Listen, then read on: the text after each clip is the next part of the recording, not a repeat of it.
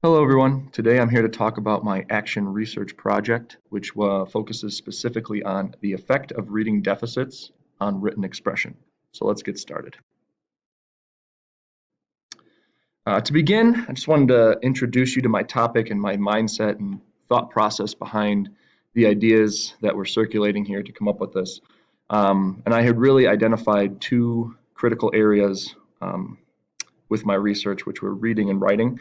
Um, One of the big things was reading plays a critical role in the classroom, and obviously, this is true on many different levels.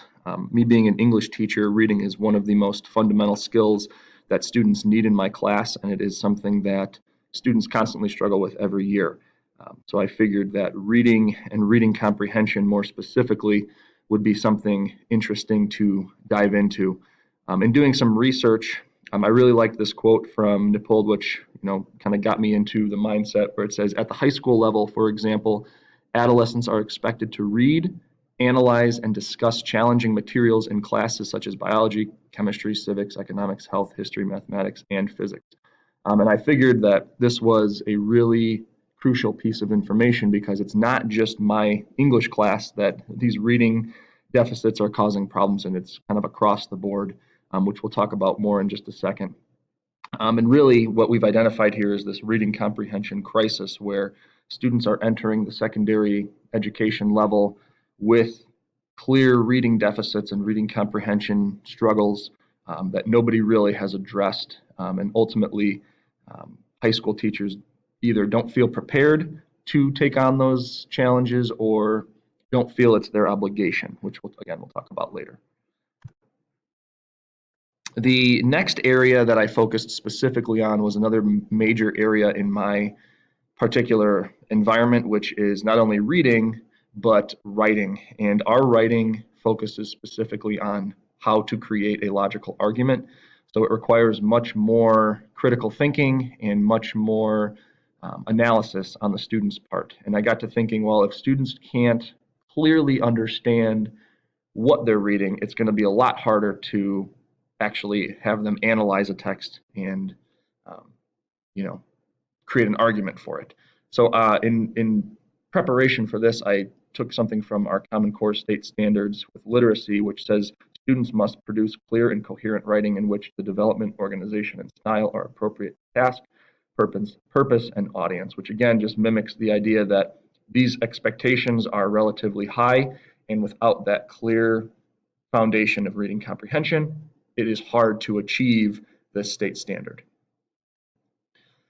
So that gets into the purpose of this project, and my purpose is to examine the effects of student reading comprehension has on their written performance, as well as to determine how direct instruction can improve reading comprehension deficits. I had mentioned that some high school teachers feel that it's maybe not necessarily their role, that these reading comprehension deficits should have already been addressed. However, in the study, I really focus specifically on my own direct instruction and how that is going to maybe bridge the gap between this reading comprehension and writing deficit. My problem statement was students' reading comprehension and ability to analyze a text has a direct effect on written performance, and there is a lack of direct instruction to help students develop the reading tools they need to be successful. In thinking about this problem statement, I developed some specific research questions in order to help guide my research.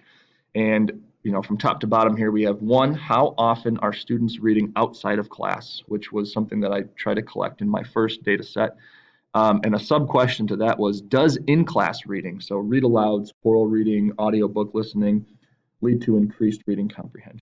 And the idea behind that was, I really wanted to focus first on how many of my students are actually reading when they get assigned reading. I felt that that was a very necessary component to this particular research problem. Second question says, what effect does direct instruction have on reading comprehension? So again, I am focusing on my own instructional strategies and kind of comparing that to maybe a more collaborative environment, which seems to be the trend nowadays. Number 3 is, do collaborative classroom activities help students better comprehend a text? And we'll talk about that a little bit more when I talk about my methodology. And 4, to what extent do reading comprehension deficits affect performance on written assessments, and that kind of ties into my overall purpose. Getting into the literature review, there was a lot of really good research out there that I had sifted through to kind of come up with this problem and to support my findings. And the first one focuses specifically on quantitative data regarding reading deficits. And in the study by Clemens et al. Of 2017, they state 96% of students demonstrated difficulties in one or both areas, specifically with regard to fluency. The number of students with below average skills in reading fluency, either alone or in addition to below average vocabulary, represented 80% of students struggling with reading comprehension. And really, this data just proves to me that reading comprehension is a clear crisis among many students, and not just ones that we might, designate with IEPs or 504s. This is really more of a crisis in our classrooms than we might originally anticipate. And really, what Clemens tried to do was focus on reading fluency and vocabulary instruction, and kind of giving that foundation. And this is kind of the percentages that they came up with. So 96% of students demonstrated that difficulty. So more than we might originally anticipate in our classrooms. The second literature review section of my essay kind of focuses more so on the lack of instructional strategy, as I stated earlier. And I've got a couple different resources here. The first one coming from Vaughn et al. Of 2014, stating that secondary students who have struggled to read for many years are likely to require more extensive reading interventions. So again, kind of bridging the gap of that problem and requiring those reading interventions, requiring that direct instruction, where struggling students require more extensive reading interventions. The second one comes from Ness 2016, where she states, in 2,400 minutes of direct classroom observation, a total of 82 minutes, that's 3%, of reading comprehension instruction was observed. So this really helped me to understand that this is clearly not something that is being addressed in specific classrooms, that students are not getting the instruction that they need, and they need more of a guided modeling from the teachers, as opposed to just maybe more collaborative classrooms. And like I stated earlier, teachers do not feel qualified or responsible in providing maybe that explicit instruction. And finally, in a study by Vaughn et al. 2015, this was a different study that they had done based on their previous research. They had done a very similar methodology to what I performed here, where they had two different, they had a control group and an experimental group in terms of the treatment of the reading intervention. And they stated that students with disabilities in the treatment group scored significantly higher than students in the comparison group. So just kind of proving that direct instruction seemed to, at some level, demonstrate significantly higher scores among those struggling students. In terms of my own research and methodology, like I said, took something very similar to what Vaughn et al. Did in that previous example, where I had two focus groups. My first group was a regular English class, and my second group was a co-taught English class. So with that first group, the regular English class, that was my control group, where I did not change any of my instructional strategies. Students really just focused more on small group pod activities, collaborative activities to help understand meaning. Whereas my second group, the co-taught English class, was my experimental group. And in that group, I implemented more direct instruction on a daily basis using vocabulary and just basic reading comprehension strategies of how to annotate, what to look for in a text, how to analyze, how to find key details. So they're experimental in that regard. And then I would, compare the results. In terms of collecting data for this research, I used three data collection sets. My first was a survey using a Google form.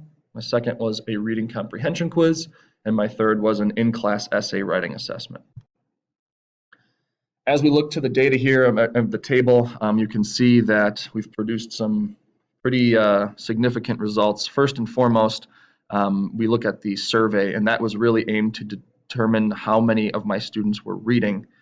And in my control group, 75% of my students read, and in my experimental group, 66% read. It's important to note here that I used the students who read in each of these groups to kind of put together the scores for the quiz and the essay. I did not include students who did not read, because I felt that without reading, they could not actually perform well on the quiz regardless because they didn't do the prep work. In looking at the quiz, the average score of the control group was 70%, while the average score of the experimental group that received more direct instruction was 90%. Similarly, when we get to the essay, the average score again of the control group was a 70% or a 21 out of 30 on that essay, where the experimental group received a 24 out of 30 average score or 80%. We'll talk more about this in just a second. So with my data analysis, some of the things that I pinpointed here were 25% and 34% of my students in both groups did not read. And one of the key questions that I had in regards to this was what factors were causing this percentage. So I kind of aimed at my action research as how can I improve these percentages to try to get 100% accuracy. The students in the control group scored less on the quiz and essay. So in both data sets, the quiz and essay, my control group scored less than the one who received the direct instruction. Similarly, students who received direct instruction on reading comprehension scored higher than students who did not receive that direct instruction. In regards to my future action plan, I really incorporated my force field analysis here, and I set 3 specific goals. One was to increase my overall reading percentage to 100% of students. And in order to do that, I wanted to use more choral reading in-class activities where students were given time in class to read or were reading those together to ensure that those students get that time. My second goal was to increase student reading comprehension by at least 10% through the incorporation of those reading comprehension strategies.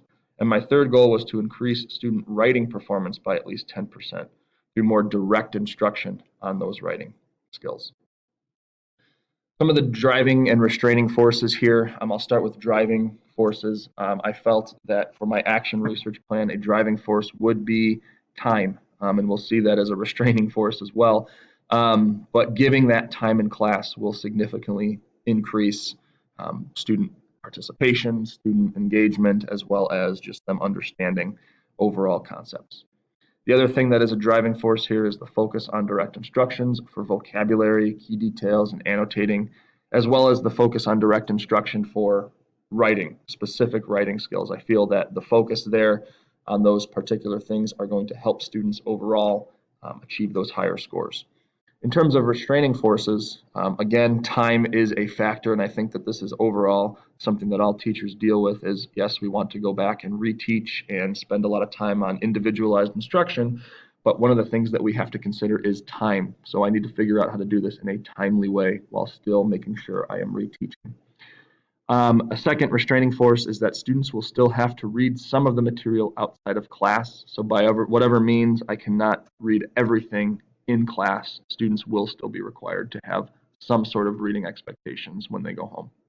And finally, some individual students may need more time on reading comprehension skills, whereas other students can work through those a little bit quicker. So again, identifying those individual students that might need more direct instruction and more time revisiting those skills.